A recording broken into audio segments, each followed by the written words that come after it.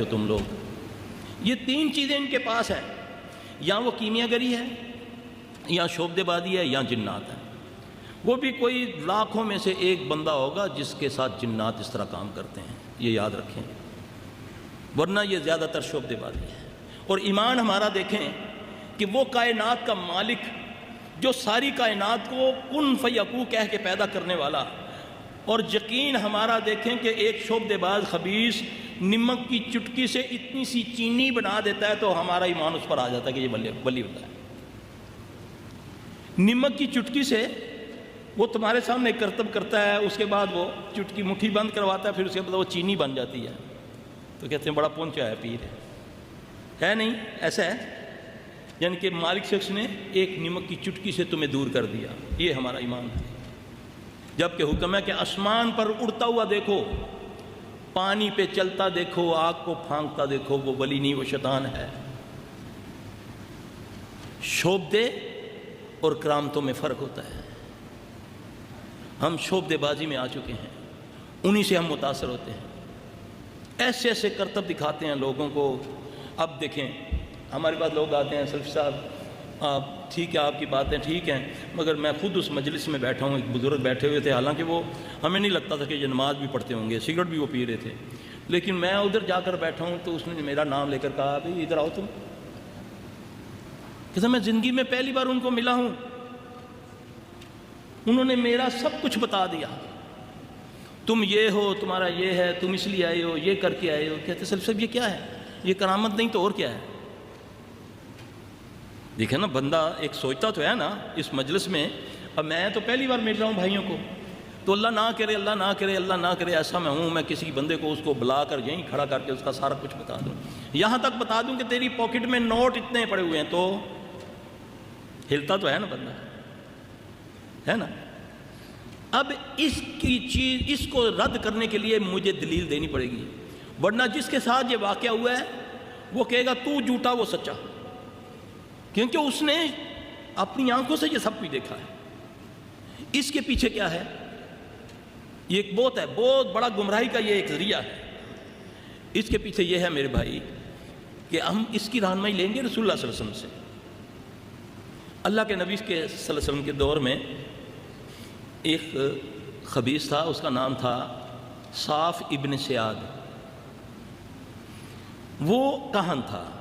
یہ ایسے لوگ کہن ہوتے ہیں جو جنات کے ذریعے نا، شیاطین کے ذریعے یہ سارا کرتے ہیں. وہ کیسے کرتے ہیں وہ بھی میں آپ کو بتاتا ہوں.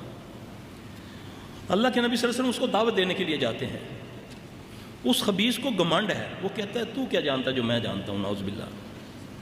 میں تو وہ بھی دیکھتا ہوں جو تیرے ساتھ ہیں، تو میں تو وہ بھی دیکھتا ہوں جو سمندر پر ہے.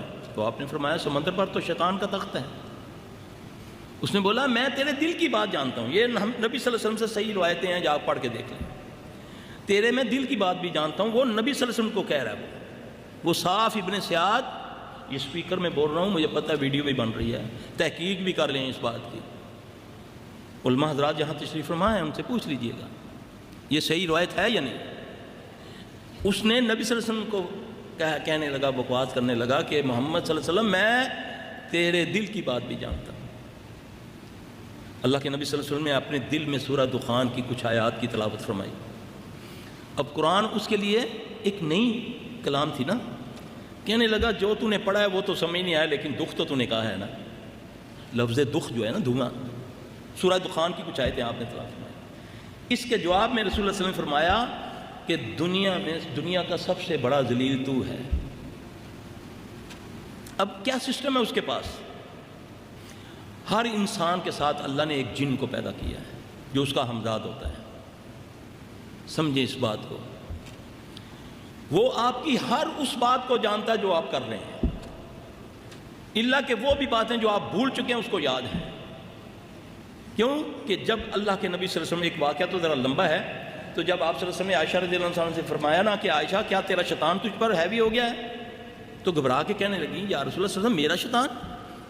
آپ نے فرمایا ہاں عائشہ، میرے ساتھ بھی شیطان ہے، میرے ساتھ بھی اللہ نے ایک شیطان کو پیدا کیا ہے، مگر میرا شیطان اللہ کے فضل سے مسلمان ہو گیا ہے، ایمان لے آیا ہے. وہ مجھے حق کے علاوہ کچھ نہیں بتاتا. یہ وہ جن ہے جو ہمزاد ہوتا ہے انسان کے ساتھ. وہ سارا کچھ جانتا ہے۔ اب وہ خبیث جو ہے، وہ جو کاہن ہے، بڑا پیر ہوا ہے، بڑا زبردست پگڑ شگڑ پہنا ہوا ہے، لوگوں کی نظر میں بڑا ولی اللہ ہے، کیونکہ اس کے پاس یہ نعوذ باللہ کرامتیں ہیں کہ جس کو دیکھتا ہے اس کا سب کچھ بتا دیتا ہے، ہمارا ایمان اس پر آ جاتا ہے، اور ہے بھی چیز بڑی خطرناک ہے، اللہ محفوظ رکھے۔ اب اس کے لیے وہ اس کے شیطان کو دیکھتا ہے، وہ اس کا شیطان اس کو القاء کرتا جاتا ہے، وہ اس کو بتاتا جاتا ہے۔ ایسا پنڈتوں میں بھی ہے، ایسا آپ کو ہانگ کانگ میں بھی چلے جائیں، جاپان میں بھی چلے جائیں، چائنا میں بھی ایسے لوگ بیٹھے ہوئے ہیں جو آپ کے نوٹوں کے نمبر تک دکھا دیں، بتا دیں گے۔ میرے بھائی، اس کو رد ہم نے کرنا ہے، لیکن اللہ کے نبی صلی اللہ علیہ وسلم سے، کہ ان چیزوں سے ہم نے متاثر نہیں ہونا۔ اب عمر رضی اللہ عنہ کیسے کرتے تھے، ایسے لوگوں کو کیسے پکڑتے تھے، کیسے ان کی گردنیں اتارا کرتے تھے۔ ایک مرتبہ عمر رضی اللہ عنہ کے پاس ایک بہت بڑا کاہن لائے گئے کہ جی یہ اس طرح بڑی دل کی باتیں بتا دیتا ہے، جو کچھ ہوتا ہے۔ تو عمر رضی اللہ تعالیٰ نے آزمائش کے لیے ایک طریقہ اپنایا، یہ آپ لوگ بھی اس کا کسی بھی مجلس میں کر سکتے ہیں، ایسے لوگوں کو ذلیل کر سکتے ہیں۔